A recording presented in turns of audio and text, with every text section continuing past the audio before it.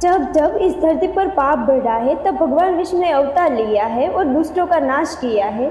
भगवान विष्णु के अब तक के 9 अवतारों का अवतरण इस धरती पर हो चुका है। हिंदू पुराणों और धर्म ग्रंथों के अनुसार भगवान विष्णु का 10वां अवतार कल्कि अवतार के रूप में कलयुग में जन्म लेगा। वही कलयुग में कल्कि अवतार की प्रतीक्षा में आज भी 7 महापुरुष जी रहे हैं। आज हम आपको बताएंगे कि वो 7 चिरंजीवी कल्कि अवतार से कब और कहाँ मिलेंगे। पहले है हनुमान जी। इन दिव्य पुरुषों की सूची में सबसे पहले चिरंजीवी महापुरुष राम भक्त हनुमान जी का नाम आता है। हनुमान जी को माता सीता ने चिरंजीवी होने का वरदान दिया था और भगवान श्री राम ने बजरंगबली को कलयुग के अंत तक धर्म और राम कथा का प्रचार करने की आज्ञा दी थी। हनुमान जी के जीवित होने के प्रमाण आज भी कई जगहों पर मिलते हैं। महाभारत के वन पर्व अध्याय के 151 के अनुसार एक बार भीम द्रौपदी के लिए पुष्प लेने गंधमादन पर्वत पर जा रहे थे, तब उनकी मुलाकात हनुमान जी से हुई थी। कहा यह भी जाता है कि हर 41 साल में बजरंगबली श्रीलंका के मातंग कबीले में ब्रह्मज्ञान देने आते हैं।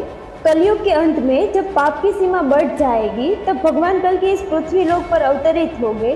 तब बजरंगबली एक बार फिर से भगवान कल्कि के रूप में श्री राम के दर्शन करेंगे और तब श्री राम द्वारा दिए गए उन वचनों का कार्यालय भी समाप्त हो जाएगा। दूसरे है भगवान परशुराम। चिरंजीवी महापुरुषों की लिस्ट में दूसरा नाम परशुराम जी का आता है। परशुराम जी भगवान विष्णु के 6ठे अवतार हैं और उनके भी चिरंजीवी होने के प्रमाण महाभारत काल में मिलते हैं। आपको बता दें कि परशुराम जी पितामह भीष्म, कर्ण और गुरु द्रोणाचार्य के गुरु थे। पौराणिक कथा के मुताबिक भगवान कल्कि के गुरु भी परशुराम जी ही होंगे। महाभारत काल में भी उनका निवास महेंद्रगिरी पर्वत पर ही था और आज कलयुग में भी वो इसी पर्वत पर तपस्या में लीन होकर कल्कि अवतार की प्रतीक्षा कर रहे हैं। तीसरे है राजा बलि।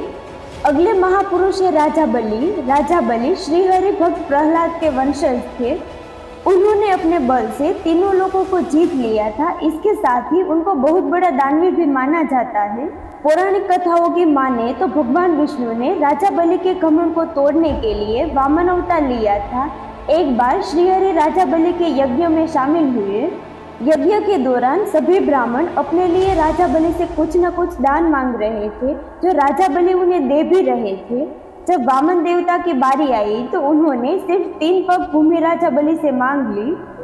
तब राजा बलि और उपस्थित सभी ब्राह्मण हंस पड़े। राजा बलि ने उन्हें कहा कि आप अपने छोटे पैरों से कितनी जमीन माप पाएंगे, आप कुछ और मांग लो। लेकिन वामन देवता अपने मांग पर हटे रहे। तब राजा बलि ने कहा, जहां आप चाहो 3 पग जमीन ले लो। तब वामन देवता ने अपना विराट रूप धारण कर लिया और एक पग में देवलोक और दूसरे पग पृथ्वी और पाताल लोक माप लिया। इसके बाद उन्होंने कहा कि तीसरा पग कहाँ रखूं राजन। राजा बलि ने अपना सिर आगे कर लिया। वामन देवता ने राजा बलि के सर पर पैर रखकर उन्हें पाताल लोक भेज दिया और उन्हें सुतल लोक में बसा दिया, जहां वो आज भी अपनी मुक्ति के लिए कल्कि अवतार की प्रतीक्षा कर रहे हैं। चौथे हैं विभीषण।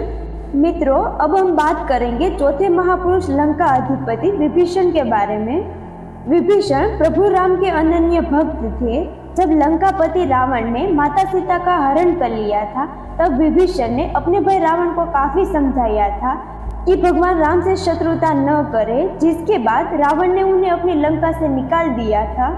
तब विभीषण भगवान राम की सेवा में चले गए और रावण के अधर्म का अंत करने के लिए धर्म का साथ दिया।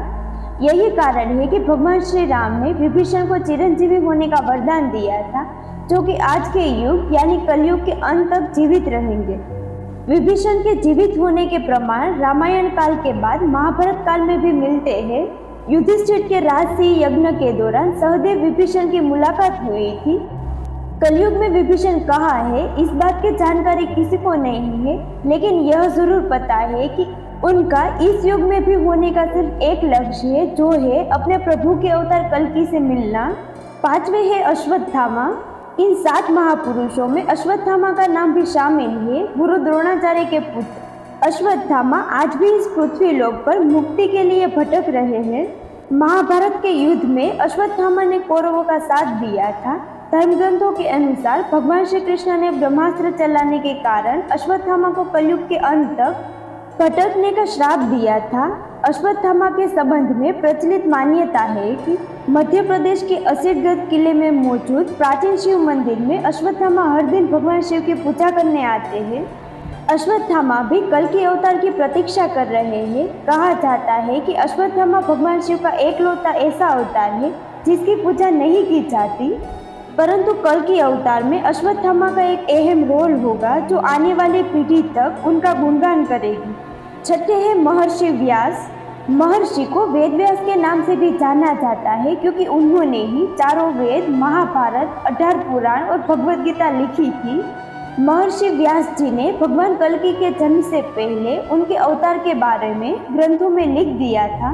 महर्षि वेद व्यास बहुत बड़े तपस्वी होने के कारण आज भी कलयुग में भगवान कल्कि के दर्शन के लिए तपस्या में लीन होकर इंतजार कर रहे हैं। सातवें है कृपाचार्य। सांस्कृतिक ग्रंथों में उनको चिरंजीवी के रूप में बताया गया है। कृपाचार्य अश्वत्थामा के मामा और पांडव और कौरवों के आचार्य थे। भागवत के मुताबिक कृपाचार्य की गणना सप्तऋषियों में की जाती है। कहा जाता है कि वे इतने बड़े तपस्वी थे कि उन्हें अपने तप के बल पर चिरंजीवी रहने का वरदान मिला था। कलयुग में कृपाचार्य अधर्म का नाश करने में कल के अवतार की मदद करेंगे।